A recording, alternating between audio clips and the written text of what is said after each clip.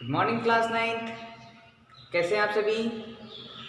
चलो ठीक। हम पढ़ रहे हैं एक कुत्ता और एक मैना। हजारी प्रसाद द्विवेदी का लिखा हुआ ये निबंध लेखक एक कुत्ता और एक मैना।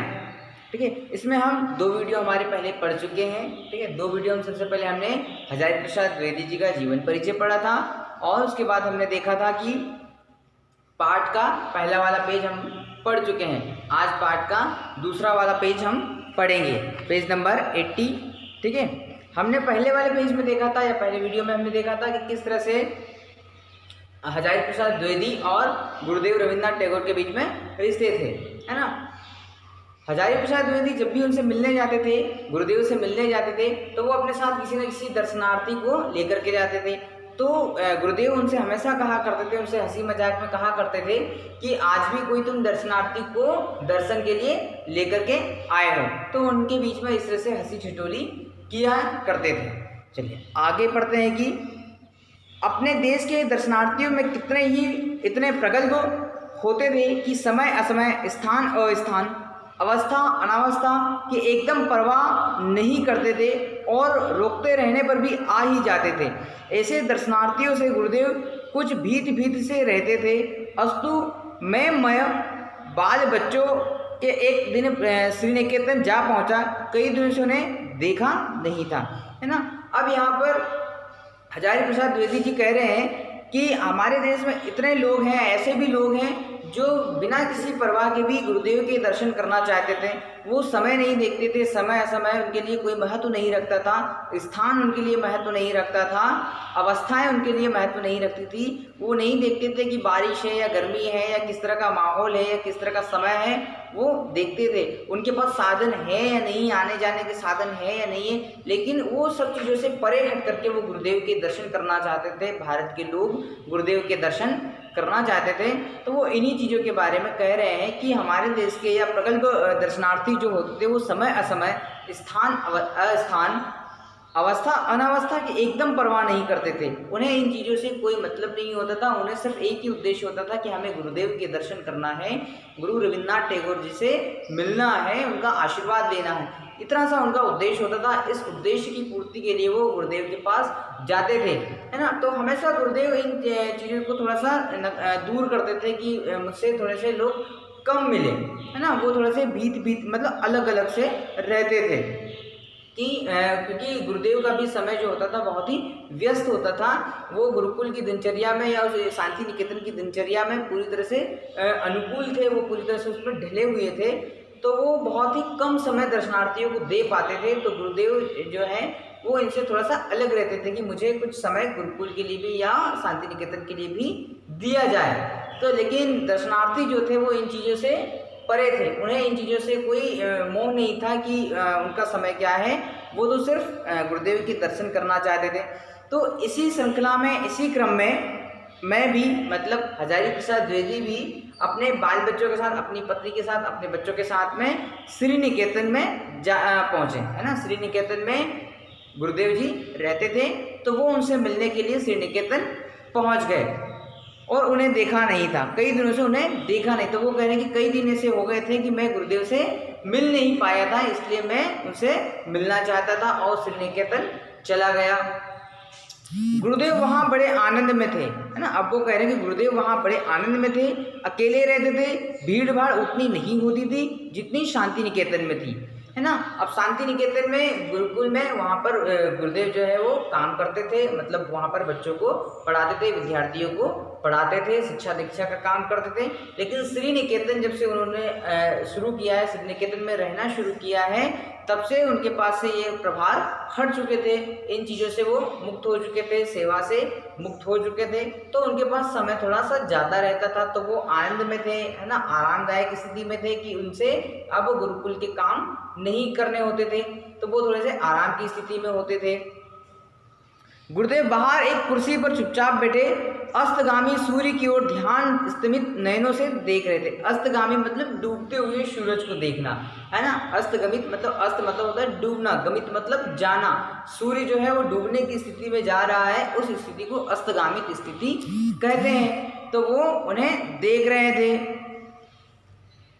जब लोग ऊपर गए तो गुरुदेव बाहर एक कुर्सी पर जितनी शांति के चुपचाप बैठे थे, है ना, कि लोग उनसे मिलने के लिए, या हम लोग जो ऊपर गए थे लेकिन गुरुदेव जो है वो नीचे बैठे हुए थे। सूर्य की ओर ध्यान निस्तमित नयनों से देख रहे थे। हम लोगों को देखकर मुस्कुराए, बच्चों से जरा छेड़छाड़ की, कुशल प्रश्न पूछे और फिर चुप हो रहे, है ना। अब जब उन्होंने गुरुदेव ने हमें देख लिया तो हमारे बच्चों से उन्होंने हालचाल पूछे, हमारे बच्चों के बारे में जानकारी ली, उनसे थोड़ा सा हंसी मजाक किया, उनके साथ हंसी ठिठोली की, उनके साथ थोड़ा सा खेलने में समय बिताया। फिर उसके बाद गुरुदेव शांत होकर के बैठ गए, बच्चों से जरा छेड़छाड़ की, कुशल प्रश्न पूछे और फिर चुप हो रहे। ठीक उसी समय कुत्ता धीरे धीरे ऊपर आया, उनके पैरों के पास खड़ा होकर पूंछ हिलाने लगा। गुरुदेव ने उसकी पीठ पर हाथ फेरा, वह आंखें मूंदकर अपने रोम रोम से उन्हें स्नेह रस का अनुभव कराने लगे। गुरुदेव ने हम लोगों की ओर देखकर कहा, देखा तुमने, यह आ गए, कैसे इन्हें मालूम हुआ कि मैं यहाँ हूँ? आश्चर्य, और देखो कितनी परितृप्ति है इनके चेहरे पर दिखाई दे रही है ना। अब वो कुत्ते की ओर देख करके बता रहे हैं ना कि गुरुदेव जब श्री निकेतन में रहते थे तो उनके साथ में कुत्ता भी रहता था, उनका कुत्ता था। तो जब हजारी प्रसाद द्विवेदी और उनके परिवार के लोग गुरुदेव के पास बैठे थे तो उसी समय में गुरुदेव का कुत्ता उनके पास आता है और आकर के वो उनके पैरों के पास झुक जाता है ना। अपनी स्वामी भक्ति को प्रदर्शित करते हुए वो उनके सामने झुक जाता है। जब झुक जाता है तो गुरुदेव उनके कुत्ते के सिर पर हाथ फेरते हैं, पूरे शरीर पर प्यार से स्नेह से हाथ फेरते हैं। तो कुत्ते का रोम रोम स्नेह से जागृत हो जाता है, जाग जाता है और वो अपनी स्वामी भक्ति को में लीन हो जाता है। तो उसी बात को लेकर के गुरुदेव कहते हैं कि देखा तुमने, कैसे मालूम हुआ कि तुम लोग आए हो और तुम लोग यहाँ बैठे हो, है ना। तो बैठे हो कि मैं यहाँ हूँ, आश्चर्य है ना। वो कहते हैं कि इस कुत्ते को कैसे मालूम पड़ा कि मैं यहाँ पर हूँ, जबकि मैं तो ऊपर रहता हूँ, लेकिन मैं आज बरामदे में बाहर बैठा हूँ। तो इस कुत्ते को कैसे मालूम पड़ा कि तुम लोग यहाँ हो या यहाँ आए हो और मैं यहाँ बैठा हूँ। तो ये आश्चर्य की बात बता रहे हैं कि किस तरह से कुत्ते के साथ वो स्नेह करते हैं और किस तरह से कुत्ता उनसे लगाव रखता है, किस तरह से कुत्ता जो है गुरुदेव से लगाव रखता है। इस बात को, इस स्वामी भक्ति की बात को, इस आत्मीय संबंध को गुरुदेव हजारी प्रसाद द्विवेदी के साथ साझा कर रहे हैं, उन्हें बता रहे हैं। और देखो कितनी परितृप्ति है इनके चेहरे पर दिखाई दे रही है ना। परितृप्ति मतलब किसी चीज से तृप्त हो जाना, किसी चीज से मन भर जाना। तो वो यही कह रहे हैं कि इस कुत्ते के मन के भावों को देखो, ये कितना परितृप्त है, इसके मन के भाव कितने भर चुके हैं जब ये मेरे पास आया है। हम लोग उस कुत्ते को आनंद से देखने लगे। किसी ने उसे राह नहीं दिखाई दी, न उसे यह बताया था कि उसका स्नेहदाता यहाँ से 2 मील दूर है, और फिर भी वह पहुँच गया। इसी कुत्ते को लक्ष्य करके उन्होंने आरोग्य में इस भाव की एक कविता लिखी। प्रतिदिन प्रातःकाल यह भक्त कुत्ता स्तब्ध होकर आसन के पास तब तक बैठा रहता जब तक वह अपने हाथों से स्पर्श में इसका संग नहीं स्वीकार करता, है ना।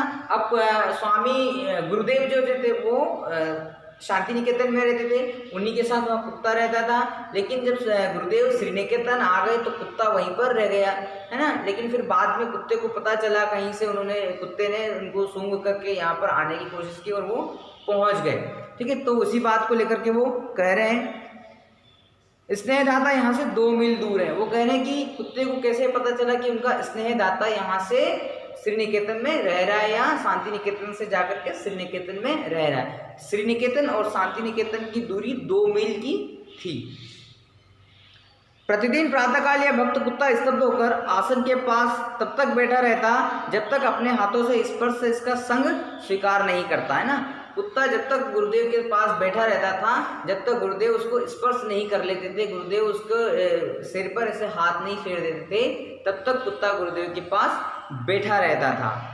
इतनी सी स्वीकृति पाकर ही उसके अंग अंग में आनंद का प्रवाह बह उठता था, है ना। इतनी सी स्वीकृति यदि गुरुदेव उसके सिर पर हाथ भी रख देते तो वो बहुत ही आनंद में हो जाता था, बहुत ही खुश हो जाता था वो कुत्ता।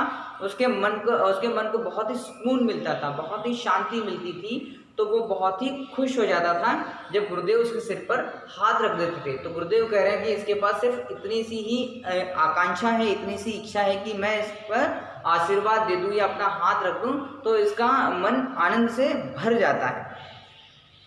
इस वाक्यहीन प्राणीलोक में सिर्फ यही एक जीव अच्छा बुरा सबको भेद कर संपूर्ण मनुष्य को देख सका है। उस आनंद को देख सका है जिसे प्राण दिया जा सकता है, जिससे अहेतुक प्रेम ढल दिया जाता है, जिसकी चेतना असीम चैतन्य लोक में राह दिखा सकती है। जब मैं इस मूक हृदय का प्राणपण आत्मनिवेदन देखता हूँ जिसमें वह अपनी दीनता बताता है, तब मैं यह सोच ही नहीं पाता कि उसने अपने सहज बोध से मानव स्वरूप में कौन सा मूल्य आविष्कार किया है ना। अब कुत्ते की स्वामी भक्ति से प्रेरित होकर स्वामी गुरुदेव जी कहते हैं कि मैं इसकी चेतना असीम चेतन लोक से राह दिखा सकती। अब वो कहते हैं कि मैं इसकी भक्ति से खुश हूँ, है ना, इसके मुख से खुश हूँ कि ये किस तरह से अपनी भक्ति को प्रदर्शित करता है। जब मैं इस मूक हृदय का प्राणपण आत्मनिवेदन देखता हूँ, कि मैं इस कुत्ते को देखता हूँ कि किस तरह से मुझ पर समर्पित है, किस तरह से अपनी भक्ति पर समर्पित है, किस तरह से अपने गुरु पर समर्पित है, यह जब मैं देखता हूँ तो इसकी दीनता पर मुझे बहुत ही खुशी होती है कि किस तरह से कोई शिष्य अपने गुरु के प्रति समर्पित है, उस भाव को यह प्रस्तुत करता है। तब मैं यह सोच ही नहीं पाता कि उसे अपने सहज बोध से मानव स्वरूप में कौन सा मूल्य आविष्कार किया, है ना, कि मानव में बहुत सारे मूल्य हैं, जैसे सच्चाई का मूल्य है, ईमानदारी का मूल्य है ना, कर्तव्य निष्ठा का मूल्य है ना, गुरु भक्ति का मूल्य है। ऐसे कई बहुत सारे मूल्य जो है हमारे अंदर व्याप्त हैं, है ना, जो हमारे सद्विचार हैं, जो हमारे सत्कर्म हैं, वो हमारे मूल्य हैं, जिन पर हम चलते हैं, वो हमारे मूल्य हैं। तो वो यही बात कर रहे हैं कि इस कुत्ते में ऐसा कौन सा मूल्य है जो मानव में है ना, मैं इसके मूल्य, इसने किस तरह के मूल्यों का आविष्कार किया है, मैं इस मूल्यों पर सोचता हूँ कि कोई मूक प्राणी भी अपने जीवन में या अपने अंदर में मूल्य दबाकर बैठा है, या मूल्य उसके मन में भी जागृत हो जाते हैं। इस भाव को मैं समझने की कोशिश करता हूँ, है ना, और मैं इसको समझ नहीं पाता हूँ कि सहज बोध से मानव शरीर में कौन सा मूल्य आविष्कार किया है ना, कि इस कुत्ते के माध्यम से मनुष्य के मन में ऐसा कौन सा भाव उत्पन्न हुआ है, या ऐसा कौन सा मूल्य जागृत हुआ है, जिसको मैं समझने की कोशिश कर रहा हूँ, है ना। तो ये वार्तालाप थी द्विवेदी जी और गुरुदेव के बीच में। चलिए अगले वीडियो में हम पेज नंबर 81 पढ़ेंगे। तब तक आप इस पाठ को पढ़िए, और गुरुदेव ने कितनी अभी तक रचनाएं की हैं, उन रचनाओं को आपको अपनी कॉपी में लिखना है। ये आज का होमवर्क है आपका कि गुरुदेव ने जितनी भी रचनाएं लिखी हैं, उन रचनाओं को आपको अपनी कॉपी में लिखना है, उन्हें खोजना है ना, कहीं से भी आप पता करें कि गुरुदेव ने अभी तक कितनी रचनाएं की हैं। Thank you.